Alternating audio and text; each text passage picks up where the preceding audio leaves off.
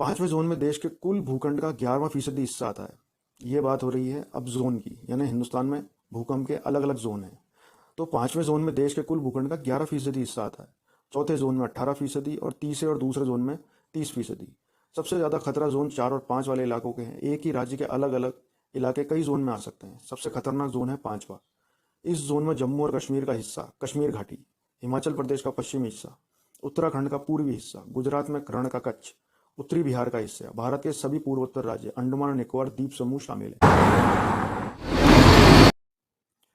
Hello, good evening to all of you. आप सभी का मेरे वीडियो में एक बार फिर बहुत बहुत स्वागत है। मैं आज का जो वीडियो लेके आया हूँ वो लेके आया हूँ कि दिल्ली एनसीआर के अंदर ये भूकंप क्यों आ रहे हैं, क्या कारण है। तो चलिए अपन इसको शुरू करते हैं।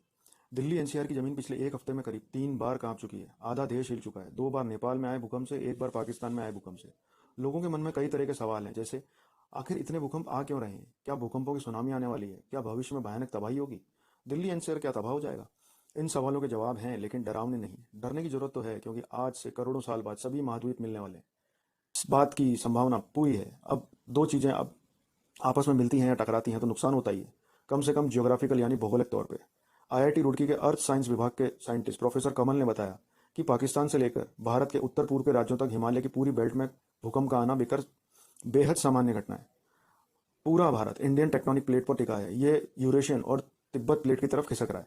प्रोफेसर कमल ने कहा कि इसे ऐसे समझते हैं, मैं आपको लगातार आगे की ओर धकेल रहा हूँ, लेकिन आपके आगे दीवार है। आप कहीं ना नहीं जा सकते। ऐसे में मेरे धकेलने से आपके शरीर में ऊर्जा स्टोर हो रही है। इससे आपको दर्द होगा, उलझन होगी। ये सभी प्रतिक्रियाएं ऊर्जा स्टोर होने से होती है। आप इसे रिलीज करने के लिए रिएक्ट करेंगे, झिड़केंगे, घुर्राएंगे, पलटकर धक्का देंगे। ऐसे हालात बने हुए हैं एशियाई देशों के नीचे मौजूद टेक्टोनिक प्लेट्स के अंदर। असल में इंडियन टेक्टोनिक प्लेट हर साल 15 से 20 सेंटीमीटर की गति से तिब्बत प्लेट की तरफ बढ़ रहा है।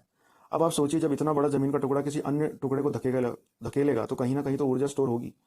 तिब्बत की प्लेट खिसक नहीं पा रही है, इसलिए दोनों प्लेटों के नीचे मौजूदा ऊर्जा निकलती है। यह ऊर्जा छोटे छोटे भूकंपों के रूप में निकलती है। तो उसे घबराने की जरूरत नहीं है। जैसे आपको दीवार की ओर कोई धकेल रहा हो, लेकिन आप रिएक्ट नहीं कर पा रहे हैं, सिर्फ घुर्रा रहे हैं या फिर हल्का हल्का शरीर को हिला रहे हैं। प्रोफेसर कमल ने बताया कि अगर ऐसे में आप खुद को जोर से धकेलते हैं या फिर आपको धकेलने वाले की तरफ चले जाते हैं या उसे झटकते हैं तो ऊर्जा तेजी से निकलती है। यानी तिब्बत की प्लेट के आसपास स्टोर ऊर्जा तेजी से निकलती है, तो भयानक भूकंप आ सकता है। इंडियन प्लेट शहद की तरह धीरे धीरे आगे खिसक रही है। एक दिन ऐसा आएगा जब सारे महाद्वीप मिल जाएंगे। ये मिलकर एक सुपर कॉन्टिनेंट बना देंगे।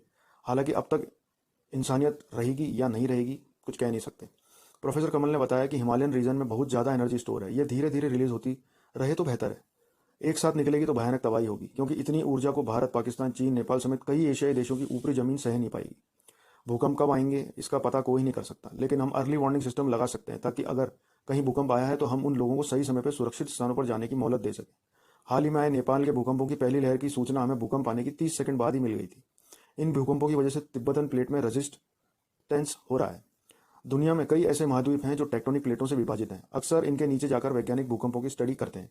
अगर भूकंप की तीव्रता रिएक्टर पैमाने में 5 से ज़्यादा है तो उसकी पहली लहर 10 मिनट में 500 किलोमीटर तक फैल जाती है।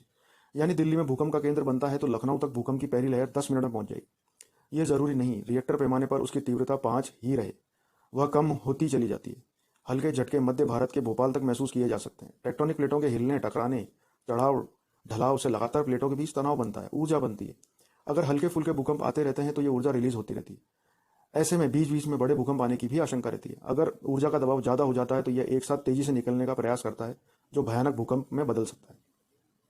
दिल्ली एनसीआर भूकंप के पांचवें और चौथे जोन में यहाँ के लोगों को सतर्क रहने की जरूरत है, क्योंकि हम भूकंप को ना रोक सकते हैं ना टाल सकते हैं। इसलिए जरूरी है कि दिल्ली एनसीआर सहित पूरे देश में भूकंप से संबंधित अर्ली वार्निंग सिस्टम लगाए जाएं। पाकिस्तान के हिंदुकुश में भूकंप आता है तो हमें 5 मिनट बाद पता चलता है कि भूकंप आया है। यानी एक लहर आती है, अगर हमारे पास एक सिग्नल आता है कि भूकंप आ गया है, इस इलाके को यह इतनी देर में हिला देगा, तो इसे कहते हैं अर्ली वार्निंग। हम इसके जरिए लोगों को बचा सकते हैं। उत्तराखंड में हमने पहला ऐसा सिस्टम लॉन्च किया है। सरकार ऐसे सिस्टम लगाने का प्रयास पूरी तरह से कर रही है। कई बार तो प्लेट टेक्टोनिक्स के ऊपरी हिस्से जमीन पर भी दिखाई देते हैं। ये बड़ी बड़ी घाटियों का निर्माण कर देते हैं। आईआईटी रुड़की के अर्ली वार्निंग सिस्टम को लेकर एक ऐप विकसित हुआ है। इसका नाम है उत्तराखंड भूकंप अलर्ट। इस ऐप में एक अलार्म है जो भूकंप आने पर बजेगा। यानी जैसे ही अलार्म बजे आप तुरंत सुरक्षित स्थानों पर चले जाइए। इसके अलावा अर्ली वार्निंग नोटिफिकेशन मैसेज भी आएगा, क्योंकि उत्तराखंड में अगर भूकंप आता है तो दिल्ली एनसीआर के लोगों को असर हो सकता है। लोग इस ऐप को प्ले स्टोर या एप्पल आई स्टोर से डाउनलोड कर सकते हैं।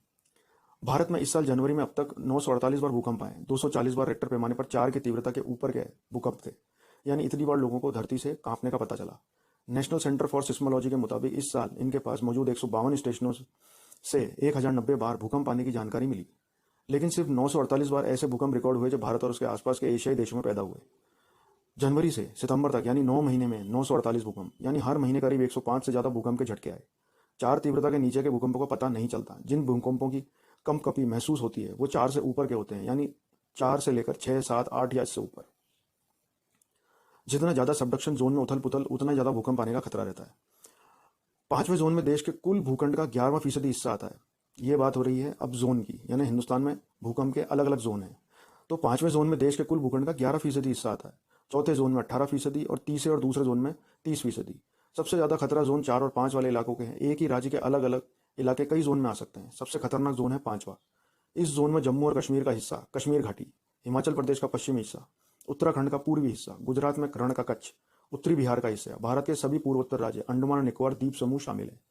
चौथे जोन में जम्मू कश्मीर के शेष हिस्से, लद्दाख, हिमाचल प्रदेश और उत्तराखंड के बाकी हिस्से, हरियाणा के कुछ हिस्से, पंजाब के कुछ हिस्से, दिल्ली और सिक्किम, उत्तर प्रदेश के उत्तरी हिस्से, बिहार और पश्चिम बंगाल का छोटा हिस्सा, गुजरात, पश्चिमी तट के पास महाराष्ट्र का कुछ हिस्सा, पश्चिमी राजस्थान का छोटा हिस्सा इस जोन में आता है। तीसरे जोन में आता है केरल, गोवा, लक्षद्वीप समूह, उत्तर प्रदेश, हरियाणा का कुछ हिस्सा, गुजरात और पंजाब के बचे हुए हिस्से, पश्चिम बंगाल का कुछ इलाका, पश्चिमी राजस्थान, मध्य प्रदेश, बिहार का कुछ इलाका, झारखंड का उत्तरी हिस्सा और छत्तीसगढ़। महाराष्ट्र, उड़ीसा, आंध्र प्रदेश, तेलंगाना, तमिलनाडु और कर्नाटक का कुछ इलाका जोन 2 में आते हैं। राजस्थान, हरियाणा, मध्य प्रदेश, महाराष्ट्र, उड़ीसा, आंध्र प्रदेश, तेलंगाना और तमिलनाडु का बचा हुआ हिस्सा पहले जोन से कोई खतरा नहीं है, इसलिए हम उनका जिक्र नहीं कर रहे हैं। तो आप बताइए, आपको ये वीडियो कैसा लगा? क्या ये आपके लिए एक ज़रूरी सूचना थी? क्योंकि मैंने ये केवल वीडियो बनाने का उद्देश्य नहीं, आपको सूचना भी देनी थी, क्योंकि इन दिनों भूकंप भारत में बहुत आए हैं और आने वाले हैं। ये अभी बहुत चल रहा है, अभी भी ये प्लेट्स खिसक रही हैं और भूकंप के अभी काफ़ी टाइम तक हिलने के बहुत बहुत चांसेस हैं। तो मैंने जो आपको ऐप इसके अंदर बताई है, अगर कोई दिल्ली से, एनसीआर से या जोन 5 में जो रह रहा है वो इस ऐप को ज़रूर डाउनलोड कर लें, या 4 में जो रह रहा है वो भी डाउनलोड कर लें, क्योंकि उनको खतरा ज़्यादा है। तो कैसा लगा आप लोगों को मेरा ये वीडियो? अगर आप लोगों को अच्छा लगा तो कमेंट सेक्शन में ज़रूर बताएं, और मेरे चैनल को लाइक, शेयर, सब्सक्राइब ज़रूर करें, क्योंकि बिना लाइक, शेयर, सब्सक्राइब किए तो मुझे पता नहीं लगेगा कि आप लोगों को कैसा लग रहा है। और बेल आइकन की घंटी बजाना तो बिल्कुल भी ना भूलें, क्योंकि उसके बिना मेरे नए वीडियो आप तक पहुंचेंगे नहीं, पहुंचेंगे तो बहुत देरी से पहुंचेंगे। तो आज के वीडियो में इतना ही। जय हिंद।